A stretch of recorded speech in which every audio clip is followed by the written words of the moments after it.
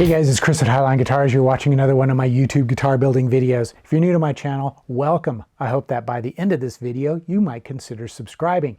Because remember, subscriptions on YouTube are free.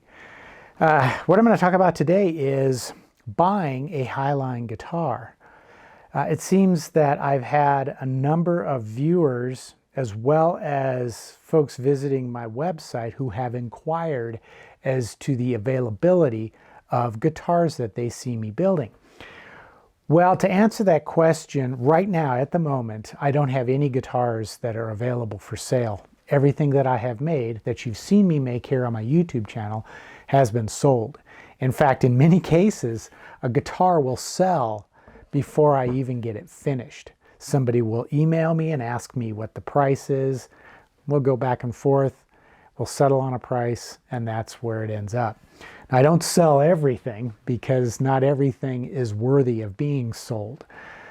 But for the most part, every guitar that I build that you see me shooting video on here on YouTube will get sold. Now, every guitar I build is not featured on my YouTube channel. I simply don't have the time to shoot video of every guitar that I build. It would be impossible. At the same time, I think there are a lot of folks who assume that Highline Guitars is like a guitar factory, that I create a design and then I build multiple copies of it, like a production run, or as I know a lot of other luthiers refer to it as batches. I don't do that. Every guitar I build is a design that is unique and original and is a one-off. I'll build it and then I'll put it up for sale. Or I have folks who have expressed a desire to purchase the next guitar I build, no matter what it is. Or at least have an opportunity to purchase the guitar that they may not have even seen yet. Doesn't always work out that way, but I think what I may end up doing in the future, and I'm thinking this might happen later this year, but don't hold me to it because I'm just one guy working in this shop. Highline Guitars is not an army of luthiers working in a factory. It's just me. And what I'm thinking of doing is I will build a guitar and then I will photograph it, list out all the specs, and just stick it up on my website and say, this guitar is available. Here's the price. Let me know if you're interested.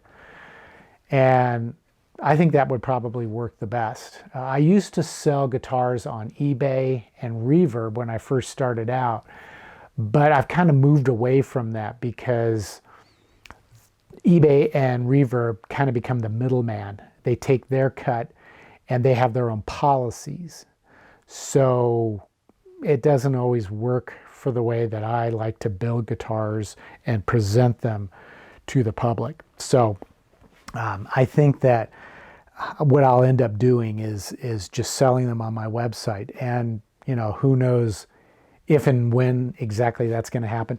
But I will say right now, if you would like an opportunity to own one of my guitars, a guitar that I built myself, you can head over to fandium.com. There's a link down in the description for this video below, and enter a contest to win a guitar that I designed and built myself that the members of Metallica autographed.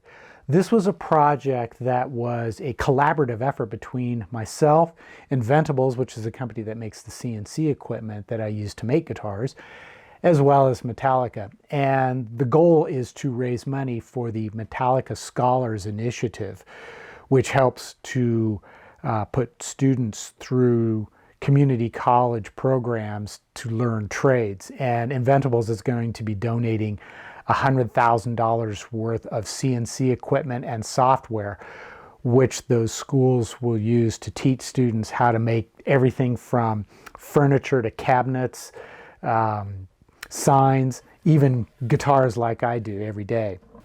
Now, when I first started building guitars many, many years ago, my aspiration was to become the next, PRS.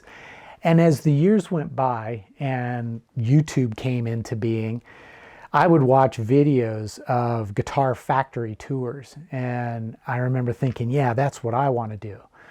And I know a lot of other luthiers like myself whose businesses expanded to where they started leasing factory space or shop space in order to expand their operations and build guitars in larger numbers. And they would start hiring staff and kind of gearing up to that in that way. And I know other luthiers who would create designs and then they would send those designs overseas to have the guitars manufactured in China, which worked for some, but not for others. And I'm not going to really get into that, but I never really wanted to go that direction.